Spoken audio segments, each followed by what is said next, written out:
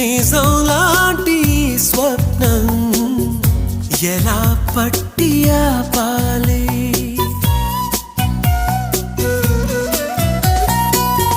కలే అయితే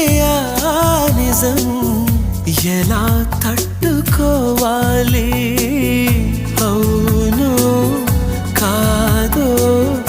అడగకంది నా మౌనం చెలివో చిలవో తెలియకుంది నీ రూపం చెలిమి బంధమల్లుకుందే జన్మ ఖైదులా ఎదుట నిలిచింది చూడు